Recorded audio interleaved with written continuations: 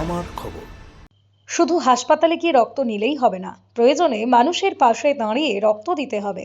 এই বার্তা ছড়িয়ে দিতে লায়েকবাজার হোসেনপল্লীর উদ্যোগে আয়োজন করা হলো স্বেচ্ছায় রক্তদান শিবির।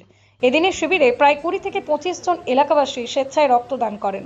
হোসেনপল্লী মূলত মুসলিম সমাজের মানুষের বসতি।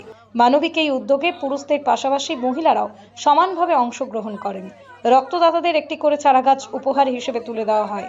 রক্তদানের মাধ্যমে মানুষের জীবন বাঁচানোর বার্তা ছড়িয়ে দেওয়ার পাশাপাশি এলাকাবাসীর মধ্যে সচেতনতা তৈরির লক্ষ্যে এই উদ্যোগ বলে উদ্যোক্তাদের পক্ষ থেকে জানানো হয়েছে। আমাদের লায়েকবাজার হোসেনপল্লী যেটা মক্তবখানা বলা হচ্ছে, এই মক্তবখানা থেকে আমাদের এই জিনিসটা করা হচ্ছে। লায়েকবাজার হোসেনপল্লী কত বোতল মতো নেওয়া হয়েছে? এটা আমাদের এখন অব্দি 21 রানিং চলছে। আর কি জন্য করা হয়েছে এটা?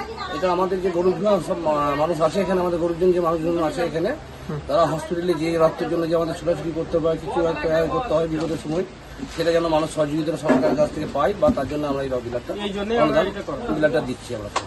শান্তিনিকেতন গোয়ালপাড়া তালতর রোডে তৈরি হয়েছে অত্যাধুনিক পরিষেবা সম্পন্ন একটি ইংরেজি মাধ্যম স্কুল, কলেজ গুরুকুল শান্তিনিকেতন। স্কুলে রয়েছে smart classroom, activity based learning, NEET ও আইআইটি জেইই প্রস্তুতি, অলিম্পিয়াডের প্রস্তুতি, ইনডোর স্টেডিয়াম এবং ট্রেন্ড ফ্যাকাল্টিজ। নার্সারি থেকে দ্বাদশ শ্রেণী পর্যন্ত ভর্তি চলছে। বিস্তারিত জানতে যোগাযোগ করুন 9609039000 এই নম্বরে।